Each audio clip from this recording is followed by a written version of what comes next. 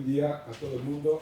Muchas gracias por estar presentes aquí sábado a la mañana en esta presentación de un proyecto final de carrera de Ingeniería Civil. En este caso es la última presentación correspondiente a los equipos que trabajaron el semestre pasado, pero en realidad debo decir que fueron los que terminaron primero, en honor, digamos, al trabajo que desplegaron. Y por eso pudieron elegir la fecha, pero eligieron esta fecha. Así que aquí estamos.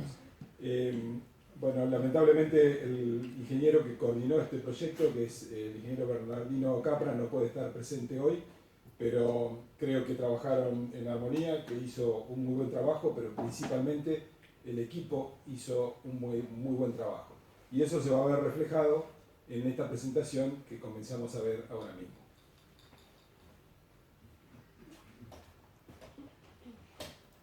Hola a todos, buen día.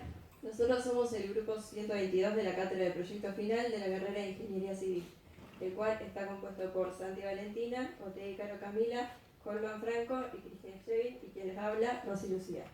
Nuestro coordinador, como bien dijo Francisco, fue Bernardino Capra, que no pudo asistir, y el coordinador general de la cátedra es el ingeniero Juan Francisco Vici. Nuestro proyecto trata sobre la pavimentación de la ruta provincial 50 en la provincia de Buenos Aires. Para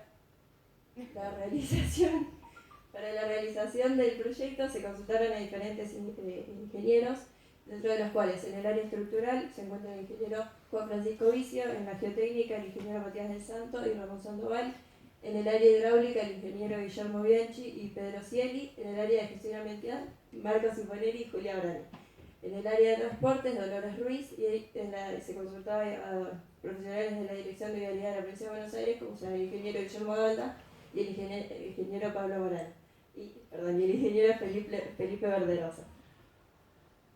Con una primera instancia hay que ubicar espacialmente la obra, la cual se encuentra al norte de la provincia de Buenos Aires, en el límite con la provincia de Santa Fe, donde se encuentran las localidades de Pilson y Peirano, y a la localidad de Pilson llega la ruta 50 provincial de Buenos Aires, y cerca de Peirano pasa la ruta 18 provincial también de la provincia de Santa Fe. Acá se puede observar una imagen.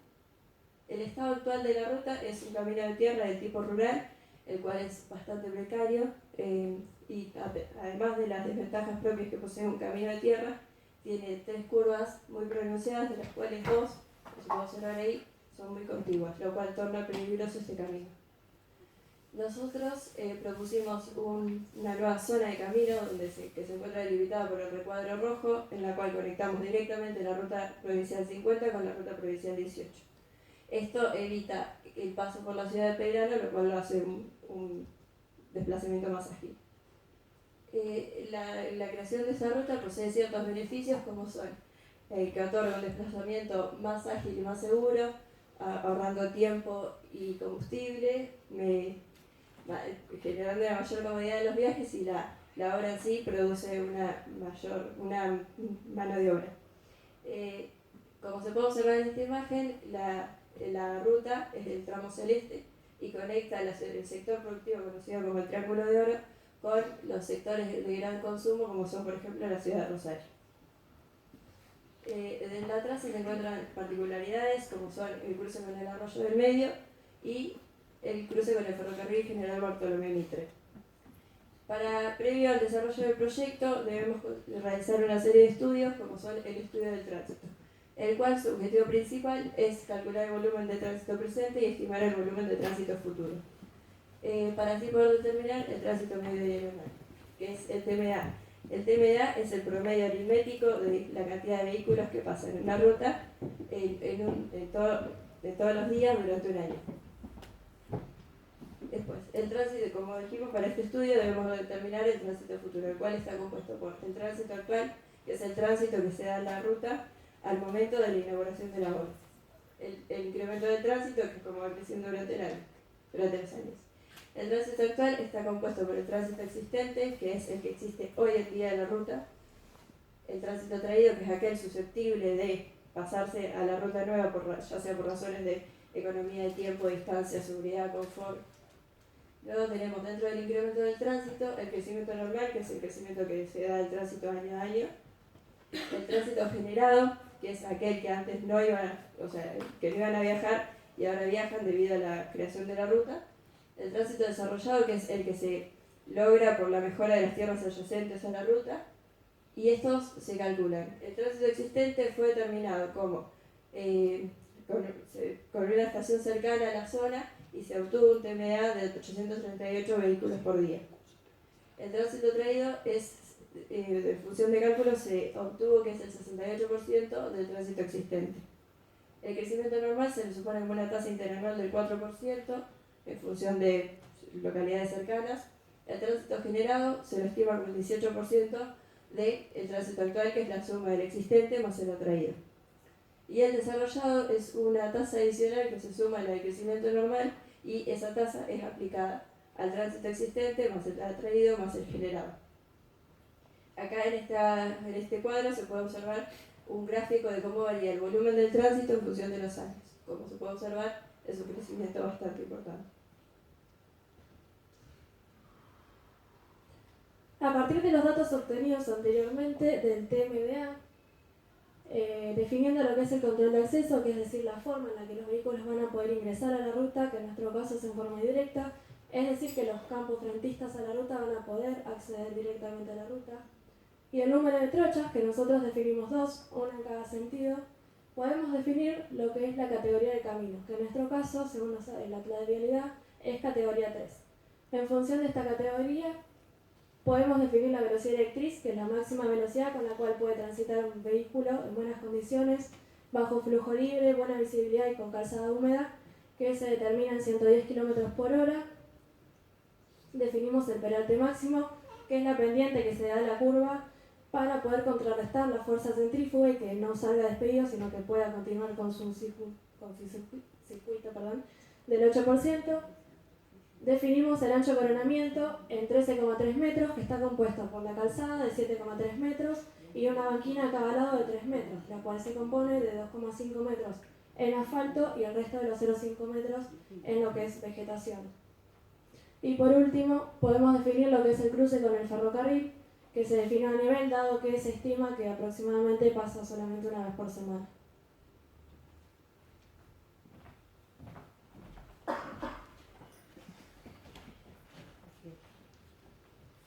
Bueno, pasando a otro estudio, tenemos el estudio geotécnico, que es uno de los estudios más importantes a la hora del diseño y ejecución del trazado de una obra vial, así como cualquier proyecto que se apoye sobre el suelo. El objetivo principal es conocer la naturaleza y las propiedades del suelo, para determinar su capacidad portante, su aptitud para uso en terraplenes y también conocer aquellas zonas susceptibles a sufrir asentamientos. Básicamente, un estudio geotécnico se basa en 3 etapas. Una que es el trabajo en terreno, otra el trabajo en laboratorio y al final la redacción de un informe. En el trabajo en el terreno se inspeccionan y se toman las muestras que van a ser enviadas al laboratorio. Estas muestras se obtienen a partir de sondeos, que básicamente consisten en perforaciones hasta una cierta profundidad. Además, con estos sondeos podemos conocer las distintas capas del suelo. Con respecto a su separación, depende fuertemente del tipo de terreno y la estructura, pero se adopta como un máximo total de 500 metros. Otro ensayo de gran importancia desde el punto de vista de las fundaciones es un ensayo denominado SPT, que consiste en determinar la densidad del suelo a distintas profundidades mediante el hincamiento de un sacamuestras. Una vez que obtenemos las muestras, se las ensayan en laboratorio. Uno de estos ensayos es el valor soporte. Obviamente este es un ensayo normalizado. Se utiliza para determinar la capacidad portante del suelo, que es un parámetro importante para la determinación y el análisis de la capa de pavimento. Uno de los objetivos principales del trabajo en laboratorio es la de clasificar al suelo. Esto se usa para correlacionar al suelo que tenemos con otros suelos de características similares. Esta clasificación consiste en ensayos granulométricos.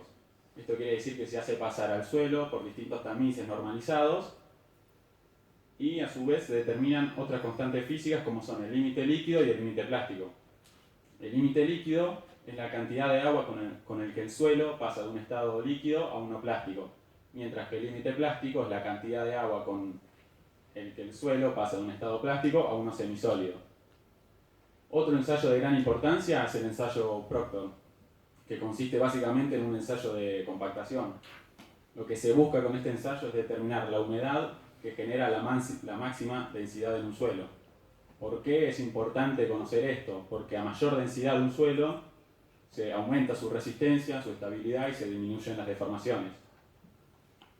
Acá podemos ver básicamente un ensayo Proctor en la cual se aumenta la humedad en las distintas probetas y la densidad va aumentando hasta cierto punto máximo. En este punto se obtiene la densidad máxima y la humedad obtenida es la humedad óptima. Si siguiéramos agregando agua a estas probetas, la densidad disminuiría. Una vez obtenidos todos estos resultados, se obtienen gráficos como este. Esto es un perfil edafológico que nos muestra los distintos tipos de suelo a lo largo de la traza del camino. Básicamente los datos que se usan para generar este perfil son los del sondeo, que determinamos la profundidad de cada capa, y la de la clasificación HRB, que se utiliza para determinar los tipos de suelo. Otro gráfico de gran importancia desde el punto de vista de las fundaciones es de este tipo de gráfico, en el cual se ve cómo a distintas profundidades se obtienen datos como el límite líquido y el límite plástico, y a su vez valores del ensayo SPT. Como se puede notar, en profundidades de entre 4 y 6 metros se obtienen valores del ensayo SPT muy grandes. Esto quiere decir que son capas de suelo muy denso, mientras que en la superficie los valores son mucho menores, o sea, suelos mucho menos densos. Esto nos permite inferir el tipo de fundación a utilizar en estructuras como el puente y también a qué profundidad debemos realizarlo. Bueno, como resultados finales obtuvimos 3 tipos de suelos a lo largo de la traza de nuestro camino. Suelos tipo A4, que son suelos limosos, suelos tipo A6, que son arcillas con moderada o despreciable cantidad de material grueso, y suelos A2-4, que son gravas y arenas arcillo-limosas. Bueno, una vez definido el estudio geotécnico y el estudio de tránsito, podemos proceder a calcular y diseñar el paquete estructural que conformará el pavimento. ¿Qué es el pavimento? Es la superficie de rodamiento para los distintos tipos de vehículos que circularán sobre él. Podemos definir 2 tipos de pavimento. Un pavimento flexible, donde el material principal es el asfalto, y un pavimento rígido, donde el material principal es el hormigón. La gran diferencia que hay entre estos 2 pavimentos es la transferencia de las cargas. En un pavimento simple, las cargas se transfieren por distintas capas hasta llegar a la subrasante. En cambio, en un pavimento rígido, la transferencia de carga se realiza desde las losas de hormigón directamente a la subrasante, en un área mucho mayor. Hay casos donde en los pavimentos rígidos se utiliza una capa intermedia. Por el gran volumen de tránsito que presentará la ruta provincial número 50, se optó por diseñar un pavimento flexible, que como bien dijimos, las cargas se transfieren a distintas capas. Por ejemplo, la subrasante, que pertenece a la estructura de terraplén, una subbase, que es una capa netamente económica, donde cumple la función de impedir la penetración de los materiales finos de la subrasante y la ascensión capilar, una base, que es la encargada de transferir las cargas que recibe la capa de rodamiento hacia las capas inferiores, y por último una capa de rodamiento, que es la capa más superficial, que le brinda al tránsito seguridad, comodidad y confort. Para diseñar los espesores se utilizó el método Ashton 93, que nos brinda una serie de fórmulas, tablas y gráficos para poder diseñar el pavimento. Los factores que influyen en este método son los siguientes: el tipo de suelo, principalmente el módulo resiliente, y también entra en juego el CBR, el valor soporte, que fue definido en el estudio geotécnico. El TMDA, principalmente la composición vehicular, ya que no es lo mismo el peso de un eje de un auto que de un camión, y la direccionalidad, que es el porcentaje de vehículos que circulan por los distintos carriles. Los datos estadísticos definiendo la confiabilidad como la probabilidad de que un pavimento llegue en buenas condiciones al final de su vida útil, y a este valor le corresponde su debido estándar. La serviciabilidad, que es una medida del comportamiento del pavimento, que relaciona la seguridad y el confort que le brinda al usuario. Y por último, el drenaje, que es una serie de coeficientes que se obtienen por tablas. Todos estos factores entran en juego en la siguiente fórmula, que bastante miedo da. Todos fuimos o menos en algún momento de la carrera viendo esta fórmula. Se obtiene un valor estructural, este valor SN, que es un coeficiente que describirá estructuralmente al pavimento. Este valor es función de los distintos espesores, que son de 1, de 2, de 3, correspondientes a las distintas capas. Se realiza varias iteraciones hasta obtener espesores correspondientes. que son los siguientes: 13 centímetros de carpeta de rodamiento, 20 centímetros de base y 20 centímetros de subbase.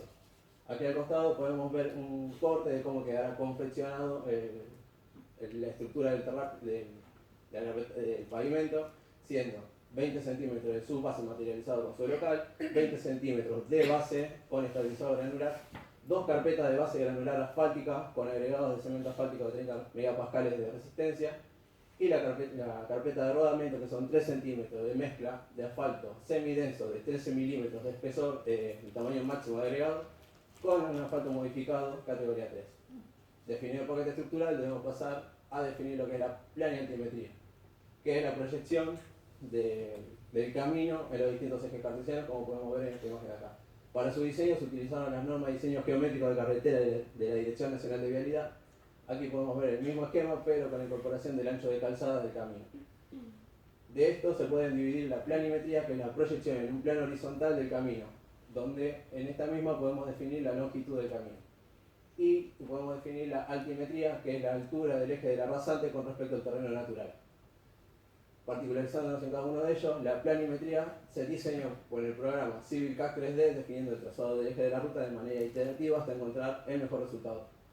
La planimetría se conforma de 3 elementos principales: rectas, que tienen la propiedad de dirección, sentido y longitud, ya que las rectas nos generan una gran orientación, pero si son muy extensas pueden generar monotonía en el manejo de los conductores, generando así la indeseable combinación de fatiga y exceso de velocidad.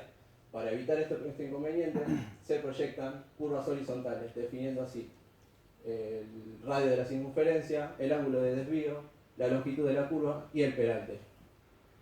Al tener radio constante en todo su trayecto, este genera una fuerza centrífuga que en la intersección entre las rectas y las curvas generará un cambio brusco de la aceleración que puede llegar a desencadenar el accidente.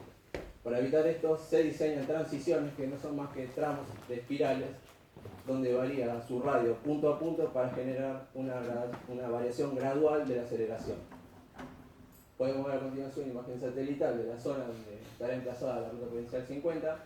En línea roja podemos ver la proyección de cómo quedará diseñada la planimetría, obteniendo así una longitud aproximadamente de 17 kilómetros. Podemos ver en el círculo celeste donde estarán ubicadas las curvas horizontales. Ejemplificando con la primera, podemos ver aquí un planito de cómo quedará diseñada, viendo en línea roja las rectas, en verde las transiciones y en celeste la curva horizontal. También podemos observar el cruce con las vías del ferrocarril, el cruce con el arroyo del medio, y en sus extremos podemos ver las intersecciones con el acceso a Pearson y con la ruta provincial número 18 perteneciente a la provincia de Santa Fe.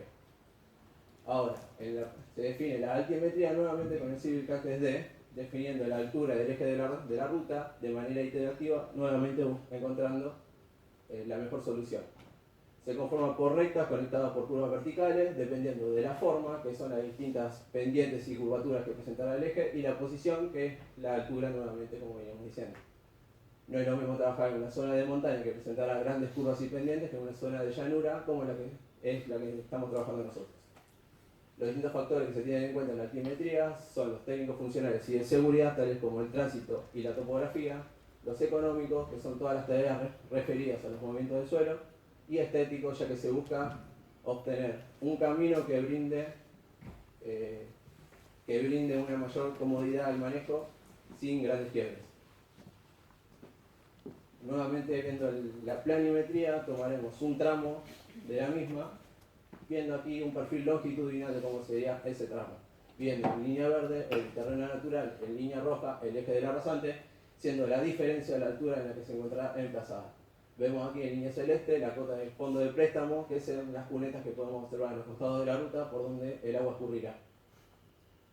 Como bien dijimos en las planimetrías, dijimos que hay diferentes intersecciones. Todas estas intersecciones son áreas de uso compartido donde 2 o más caminos se cruzan o se encuentran.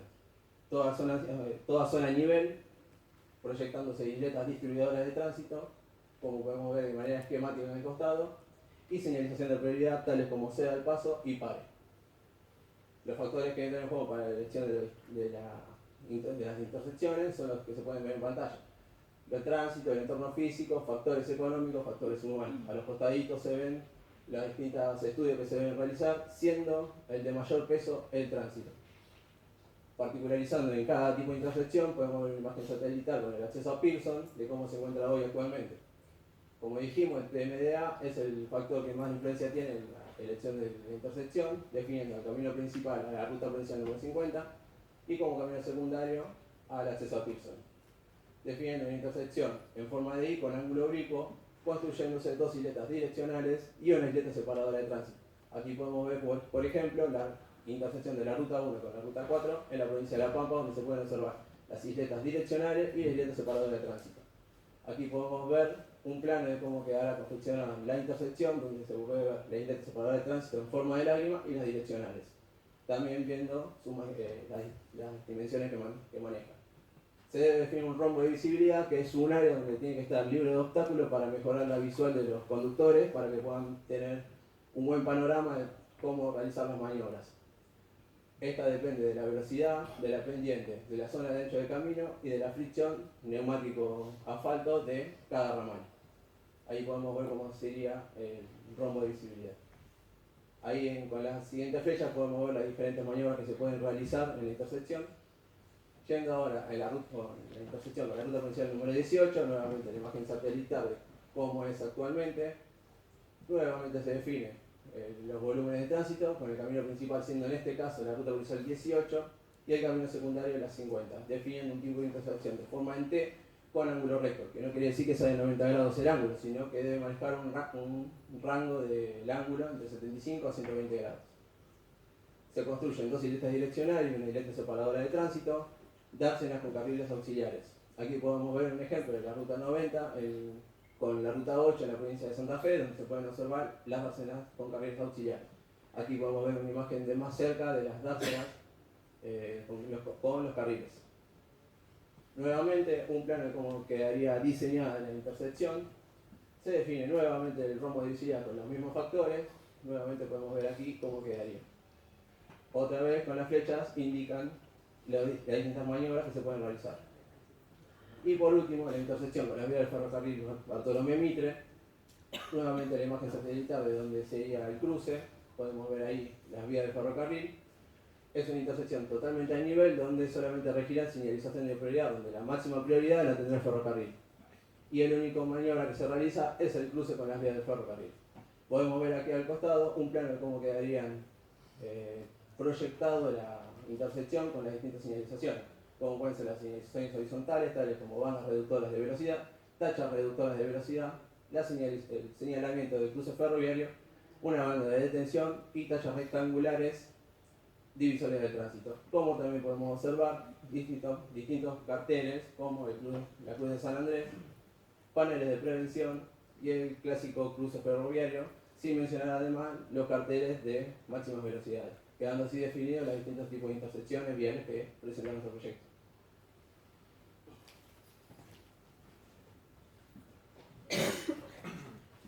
Bueno, nuevamente con otro estudio, en este caso seguramente coincidirán en que es uno de los más importantes en todo proyecto, que es el estudio hidrológico e hidráulico. Básicamente este estudio consiste en la recopilación de información morfológica y meteorológica de una zona de estudio, para así calcular caudales que se usarán para el diseño de estructuras, en nuestro caso alcantarillas y puentes, y el puente. El estudio hidrológico se puede basar básicamente en 4 etapas, que es la de definir un área de estudio. En esta área de estudio también se recopila información del tipo topográfica y meteorológica, principalmente la precipitación. Una vez obtenidos estos datos, se la analiza, ya que tiene que cumplir con condiciones de longitud y homogeneidad. Por ejemplo, los datos de precipitación que necesitamos tienen que tener una longitud de como mínimo entre 20 y 30 años para que el estudio sea confiable. Una vez obtenidos los datos de precipitación, se genera un sistema de transformación de lluvia caudal, es decir, se transforma las lluvias que conseguimos en caudales. Cuando hablamos de caudales, nos estamos refiriendo a cantidad de agua que pasa en un punto en un tiempo determinado. Con estos caudales se los ingresa a un modelo estadístico y se calculan los caudales de diseño. En el caso de nuestro proyecto, se definió el área de estudio a partir del trazado de la cuenca. La cuenca de un punto determinado es un área en la cual toda precipitación se transforma en escurrimiento y terminará pasando por el punto de análisis. En nuestro caso, el punto de análisis es el puente. El trazado de la cuenca se realiza a partir de la topografía de la zona y de curvas de nivel.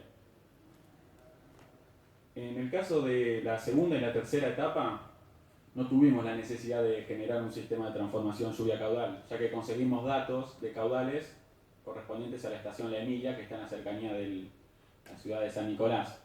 Sin embargo, estos datos no los podíamos usar directamente para nuestro proyecto, porque, como se ve en el gráfico, los datos de caudales están asociados a una cuenca mucho mayor a la de nuestro proyecto. La cuenca asociada a la estación La Emilia es la que se nota con sombreado rojo, y la de nuestro proyecto es la que está bordeando en amarillo.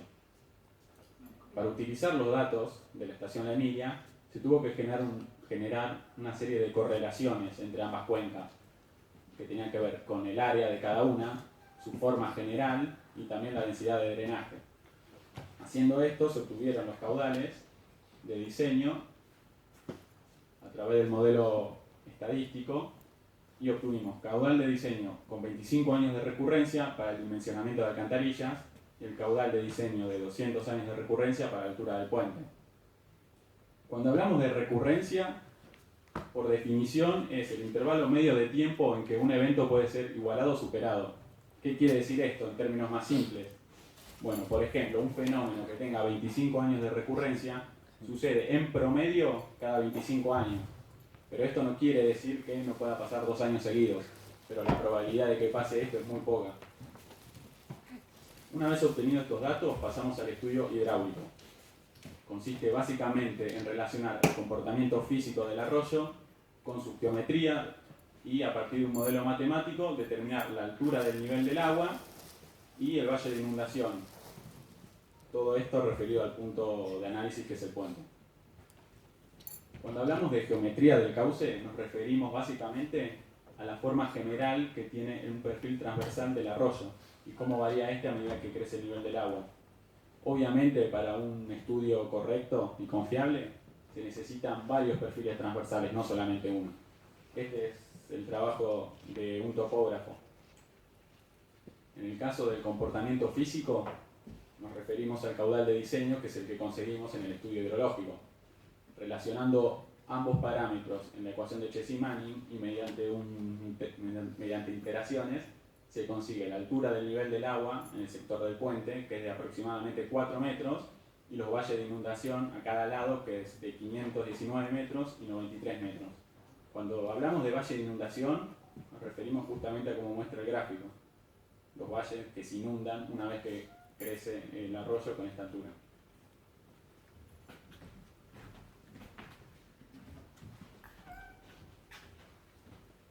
Como ya mencionamos, dentro de las particularidades que se encuentra en la ruta, tenemos el cruce con el arroyo del medio, el cual se da en la progresiva 14.950 y en ese punto el arroyo presenta una poca pendiente y una velocidad relativamente baja, por lo cual realizarlo un confinamiento de sus márgenes al río no representa un peligro siempre y cuando se dispongan obras de alivio en el valle de inundación. Esto quiere decir que si le achicamos la sección al río, siempre y cuando pongamos alcantarillas dentro del valle de inundación, no sucederá nada. Para resolver este problema se dispuso un puente tipo viga de hormigón armado, el cual en esta imagen se puede observar un corte transversal del mismo, dentro del cual sus elementos constitutivos son el terraplén de acceso, el cual permite conectar el puente con el resto de la ruta, la calzada, que es una capa de material asfáltico sobre la cual se desplazan los vehículos, la defensa vehicular, que es un elemento de hormigón armado que evita la salida accidental de los vehículos fuera de la zona de calzada, los estribos, que son los encargados de recibir las acciones verticales y longitudinales de la superestructura y a su vez sirven de contención de la cabecera del terraplén, como se puede observar. Luego tenemos las partes más importantes del puente, como son el cabezal, los pilotes, las vigas y la losa de calzada, que se detallará en la continuación. Las vigas son las responsables, son el elemento más importante del puente, son las responsables de la resistencia longitudinal del tablero, son vigas prefabricadas, pretensadas. Prefabricadas significa que no se hormigonan donde van a quedar. Y pretensadas significa que al hormigón se lo precomprime para que las cargas que a él lo traccionan lo descompriman en vez de traccionarlo. Esto lo podemos ver en la cotidianidad con los rayos de la bicicleta, los cuales son preestirados para que cuando el ciclista apoye su peso sobre las mismas, los rayos de la bici no pandeen, es decir, se destraccionan en vez de comprimirse. Es por esto que los rayos de la bici son tan delgados. En función de la luz, se definió que será de sección I y del tipo 3, que quiere decir que si realizamos un corte en ese sector del puente, veremos esta imagen. Esas son las vigas de forma de tipo I, y para que tengan una idea, el tamaño de esas vigas es de 1,15 metros. Tenemos un total de 6 vigas. Esto lo determinamos debido a que tenemos un ancho del puente del tablero de 14,10 metros y la separación máxima de las mismas debe ser entre el 3 y en torno a los 2,5 metros. Por lo tanto, quedaron definidas 6 vigas distanciadas 2,4 metros. El pretensado de las mismas fue predimensionado con el SAP 2000, que es un programa de elementos finitos para el cálculo de estructuras. La losa de calzada es el elemento transitable, está recibe la acción directa de las sobrecargas de uso y está construida de hormigón armado convencional. Luego, otra parte muy importante del puente son los pilotes, el cual está conformado por el cabezal de los pilotes, que es un prisma de hormigón armado convencional de 14,10 metros por 5 por 1 metro de espesor, el cual la función principal es distribuir las cargas correctamente a cada uno de los pilotes. Y luego tenemos los pilotes, que son cilindros preperforados y hormigonados in situ, los cuales tienen 80 centímetros de diámetro por 12 metros. Tenemos un total de 6 pilotes. La resistencia es corregida por grupo. Esto significa que al estar tan cerca, la resistencia no es lineal, es decir, no es la resistencia de un pilote por 6, sino que es menor y se debe corregir. La función principal de los pilotes es descargar al terreno de fundación las secciones provenientes de los estribos y transmiten la carga por punta y fuste. Esto quiere decir que, como vemos allá, si aplicamos una carga longitudinal al mismo, recibimos una reacción en la punta y en el fuste.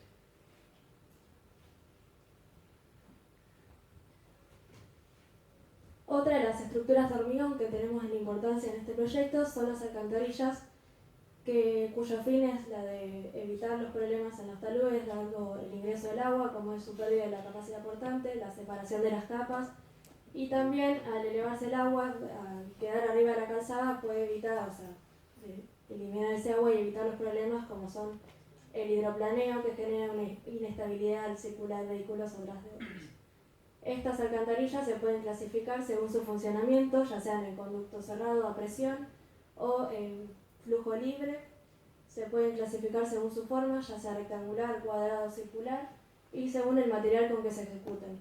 Es decir, que pueden ser de hormigón simple o armado, o metálica, ya sea liso o corrugado. Para la definición de nuestras alcantarillas requerimos una serie de datos, dentro de los cuales tenemos el caudal, la altura de pelo de agua, que son datos obtenidos a partir del estudio hidráulico e hidrológico, que en nuestro caso para estas alcantarillas fueron los correspondientes a la recurrencia de 25 años. Y por último, el estudio topográfico, que también ya fue mencionado, está emplazado en una zona llana. Tenemos definidas dos tipos de alcantarillas. Las longitudinales, de 50 centímetros de diámetro, en hormigón prefabricado, que están ubicadas, como se ve en la imagen, en forma paralela a la ruta, justo en las intersecciones con los accesos a los campos privados, de modo de permitir una continuidad en el flujo hídrico y que no se vea truncado. Y las transversales, que tenemos dos tipos. Las que están ubicadas a lo largo de la traza, donde el terreno natural es más bajo, que son rectangulares de 2 metros de ancho por 1 metro de alto. Y las que están ubicadas en el valle de inundación del puente, como bien dijo mi compañera, que sirven de alivio al puente en caso de ocurrir una crecida inesperada, que son de 3 metros de ancho por 1,5 de alto. Como se ve en la imagen, tenemos dos tipos de alcantarillas ubicadas en la cercanía del puente. Del lado izquierdo de la imagen es un grupo de 7 alcantarillas que están distanciadas entre sí 50 metros. Son de dos celdas de 3 metros de ancho por 1,5 de alto, que están destinadas a evacuar un caudal de 72,6 metros cúbicos por segundo, mientras que del lado derecho de la imagen son 3 alcantarillas distanciadas un poco menos de 20 metros, en este caso son de un solo vano de 3 metros de ancho, también por 1,5 metros de alto. En este caso están destinadas a evacuar un caudal de 13,13 metros cúbicos por segundo, más o menos una quinta parte del destinado al otro lado. Pasando ahora a lo que es el movimiento de suelos, esta actividad consta de las tareas que se realizan para la extracción del suelo de los préstamos y desmontes, para poder trasladarlo hacia la cancha donde se van a ejecutar los terraplenes, compactarlo hasta llevarlo a la densidad que fue obtenida en el ensayo de laboratorio de Proctor que fue mencionado anteriormente, y poder lograr así las formas que se obtienen en los planos de diseño. Esos planos, se puede ver acá un ejemplo, es un perfil transversal, que acá en esta imagen está maximizada la escala vertical para que se pueda apreciar un poco más de qué se trata, dentro de los cuales tenemos dos tipos de suelos. El suelo verde, que es una capa de suelo orgánico de aproximadamente 20 centímetros, que se extrae a lo largo de los 17 kilómetros de la ruta, pero que no se desecha en su totalidad, dado que al final de la obra va a ser utilizado para recubrir los taludes, o sea, en estos laterales va a estar todo este suelo orgánico. Luego tenemos abajo de esa capa lo que es el suelo que sí es efectivo para la construcción de los terraplenes, que es retirado de esa zona y trasladado dentro de cada progresiva actométrica, o sea, cada 100 metros más o menos, hacia la zona donde está la silueta en rojo, para poder así conformar los terraplenes. Una vez detenidas estas áreas, se puede definir dentro de cada progresiva actométrica si el suelo que tenemos en los préstamos alcanza y sobra, o si falta. Esos volúmenes de sobrante o faltante se pueden ver expresados en estos diagramas, conocidos como diagrama de Bruckner. Hacia arriba tenemos lo que es el volumen sobrante y hacia abajo tenemos el volumen faltante. ¿Qué significa esto? Que donde hay un volumen que sobra se puede llevar hacia otra progresiva, mostrado con las flechas en rojo. Entonces, con esas flechas podemos determinar las longitudes y distancias que se debe recorrer para poder ejecutar el 100% de los terraplenes. En nuestro proyecto, como se ven, tenemos dos áreas, esa y esa, que están hacia arriba del eje horizontal, que significa que tenemos un volumen de suelo sobrante. Dicho volumen no va a ser depositado del 100%, dado que una parte del mismo va a ser utilizada en la conformación de las isletas, de las intersecciones, tanto al inicio del proyecto como al final, y otra parte va a ser utilizado para lo que es la conformación de los accesos a los campos privados. Una vez obtenido todo ese análisis, podemos determinar que el volumen de terraplenes a construir es de 109.697 metros cúbicos, que el volumen de excavaciones es de 132.683 metros cúbicos y que el volumen de suelo sobrante nos dio un total de 22.986, son números muy largos. Analizando estos tres valores, el más grande, es decir, las excavaciones, nos da un total, para que tengan una idea de dimensiones, de llenar 53 piletas olímpicas de suelo compactado.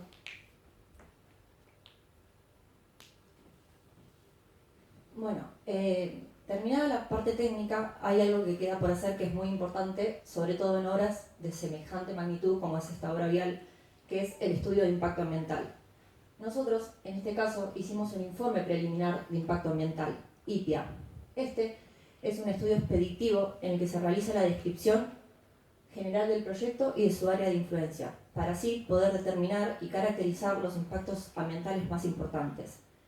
Es utilizado por la Autoridad de Aplicación Ambiental para decidir si se debe hacer o no un estudio de impacto ambiental, que es un estudio más específico y completo.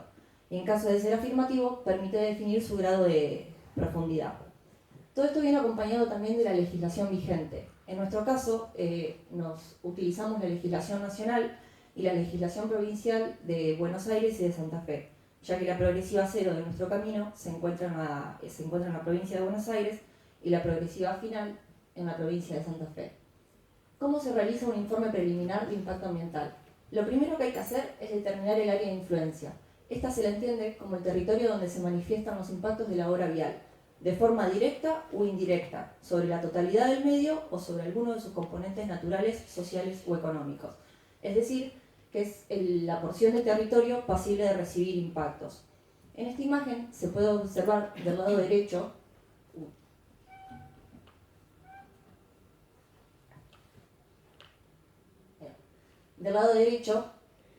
el área de influencia directa y el área de influencia operativa.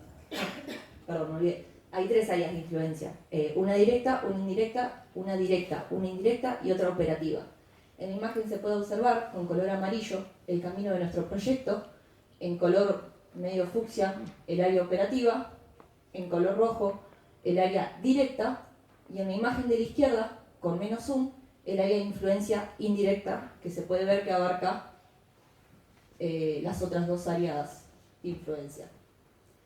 El área de influencia directa, como bien lo dice el nombre, es el sector que se ve afectado directamente por la construcción y operación de la obra. En nuestro proyecto lo tomamos como una porción de la cuenca, que fue anteriormente mencionada, la cual está en color naranja, ya que el camino, que se encuentra en verde, actúa como una barrera al escurrimiento superficial, y esto genera toda una zona de posible inundación, que es la que se puede ver sombreada en rojo. El área de influencia indirecta es el sector que se ve afectado por cambios en el uso del suelo. En nuestro caso, lo tomamos como las ciudades que se encuentran próximas al sitio de emplazamiento de nuestra obra y todas las ciudades que forman parte del sistema vial de la Ruta Provincial número 50, ya que este es un nodo de comunicación de gran importancia, tanto a nivel regional como a nivel local. El área de influencia operativa es el territorio donde se ejecutan las acciones principales y complementarias del proyecto, y es donde se generan los impactos más directos e inmediatos, sobre todo en la etapa de la construcción. En nuestro proyecto lo tomamos como el espacio contiguo al sitio de emplazamiento de la obra, considerando desde los espacios destinados a los obradores como los espacios destinados a los desvíos de obra. Lo segundo para hacer es la identificación de los factores ambientales. En nuestro proyecto estudiamos cómo se ve afectada la calidad de 11 factores, como por ejemplo el aire, el agua, la flora, la fauna, la demografía, la dimensión espacial y la dimensión cultural. Lo siguiente por hacer es la descripción de las actividades y acciones impactantes del proyecto. Para eso, nosotros en nuestro proyecto dividimos en 2 etapas, de construcción y de operación. Cada una tendrá sus actividades y acciones impactantes. En el caso de la etapa de operación, por ejemplo, una actividad impactante es la construcción del paquete estructural. Y en la etapa de operación, una actividad impactante es el sistema del funcionamiento vial. Cada etapa tendrá sus acciones específicas, pero a su vez también tienen acciones en común, como por ejemplo en este caso es la generación de ruido y la contratación de mano de obra local. Estas acciones impactantes afectarán a los factores ambientales y el estudio de la magnitud es el principal objetivo del IPE. Lo siguiente por hacer es elaborar la matriz de identificación de efectos, basándonos en la pregunta ¿qué acciones pueden modificar la calidad de qué factores? Entonces, colocamos en columnas las 14 acciones separadas en lo que es la etapa de construcción y la etapa de operación. Y en las filas colocamos los 11 factores separados en lo que es medio natural y medio socioeconómico-cultural. En el lugar donde hay una X, en cada lugar donde hay una X, significa que hay impacto, es decir, que una acción está impactando en un factor. Como por ejemplo, acá podemos ver un ejemplo, la acción limpieza y nivelación del terreno, que forma parte de la etapa de construcción. Podemos ver que hay 4X y están afectando al suelo, el agua, la flora y la fauna. Pero ese impacto no tiene características, no se sabe cuánti o cualitativamente cómo afecta a la obra al ambiente. Entonces, lo que resta por hacer es la matriz de caracterización de impactos. Esta matriz se denomina matriz ad hoc y es una caracterización cualitativa de los impactos. Lo que hace es jerarquizarlos para poder ubicarlos fácilmente y darnos cuenta en qué aspectos tenemos que tratar para que haya una buena compatibilización ambiental. Utiliza como base la matriz que nombré anteriormente, la matriz de identificación de efectos, pero a su vez se guía con una serie de atributos para poder caracterizar los impactos, como por ejemplo el carácter o signo, la intensidad o magnitud, que para esto utiliza dos escalas de colores, para reconocer fácilmente cuáles son los impactos negativos y cuáles son los negativos. Como podemos ver, los negativos utilizan unas tonalidades rojas y para los impactos positivos unas tonalidades verdes. A su vez, lo divide en tres rangos: baja, media y alta. Otro atributo que utiliza para caracterizar los impactos es la temporalidad, en momentáneo, temporal y permanente, es decir, cuánto perdura la acción en el tiempo desde que se inició la obra. Y por último, la extensión, puntual, local o total, sobre el territorio.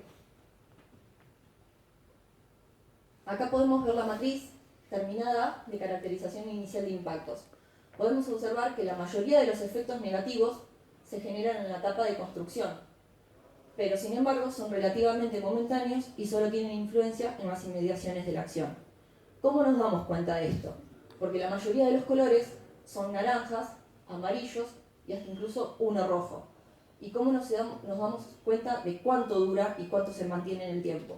Porque adentro de cada celda hay iniciales que indican los atributos temporalidad y extensión. También podemos observar que los efectos positivos se relacionan con el medio socioeconómico de una forma permanente. Nos damos cuenta de la misma forma que la anterior, nada más que en este caso, los colores, al ser positivos, ser impactos positivos, se manifiestan en color verde. A pesar de que nuestra obra genera muchas acciones impactantes de significancia, casi todos los factores se encuentran cercanas a su condición natural sin intervención. Es por eso que podemos afirmar que no existen causas que pudieran afectar la viabilidad del proyecto. Como último tema, y muy importante en toda obra, es analizar el presupuesto. Para eso es necesario realizar el cómputo y análisis de precios. El cómputo es la medición de toda la obra. Es importante ya que con eso se tiene una noción de cuántos recursos se necesitan para materializarla, como por ejemplo mano de obra, equipos, materiales. Es efectuada por ítems que están detallados en el pliego de especificaciones técnicas y en los planos de la obra. Los ítems son como tareas y en este caso nos dieron 44 tareas en el pliego de especificaciones técnicas. El análisis de precio consiste en determinar para cada ítem los materiales, horas hombres y equipos necesarios para su materialización y reflejarlo en un precio por unidad de ítem. Esto quiere decir que no todos los ítems tienen la misma unidad. ¿Cómo se obtiene el presupuesto? Haciendo la multiplicación entre el cómputo y el presupuesto.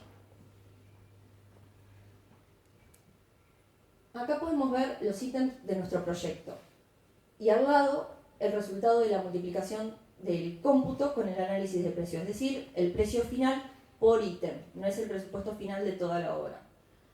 Al principio están todas las tareas preliminares que son comunes a toda obra vial. Le sigue el movimiento de suelos y la excavación y el movimiento de suelos, la construcción del paquete estructural, la demolición y construcción de alcantarillas nuevas y el puente, el acondicionamiento de la ruta, como es la señalización horizontal, la señalización vertical y la iluminación, y por último otras tareas comunes también a toda obra, como es la movilidad, los obradores, el informe de impacto ambiental, y por último los honorarios por representación técnica.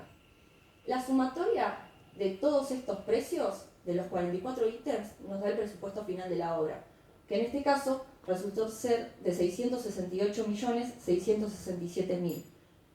Viéndolo de otra forma, 11.731.000 dólares. Y también $690.000 por kilómetro. Para tener una idea de la incidencia de los ítems sobre lo que es el presupuesto final, podemos observar que el 68% se lo lleva solamente la construcción del paquete estructural. Eso incluye desde la compactación de la subrasante hasta la construcción de la subbase, de la base y de la carpeta asfáltica. En segundo lugar, con un 12,3%, están las obras de arte. Las obras de arte son la demolición de alcantarillas, la construcción de alcantarillas nuevas y la construcción del puente. En tercer lugar, está el movimiento de suelos, con 9,8%, que ya fue explicado anteriormente. Y el resto de los ítems ocupan un porcentaje inferior al 5%. ¿A qué equivale la obra? El presupuesto de nuestra obra equivale a comprar aproximadamente 60 casas de 115 metros cuadrados, o también, viéndolo de otra forma, adquirir 223 camionetas Amarok Full. Muchas gracias por su atención y felicitaciones a los dos nuevos ingenieros.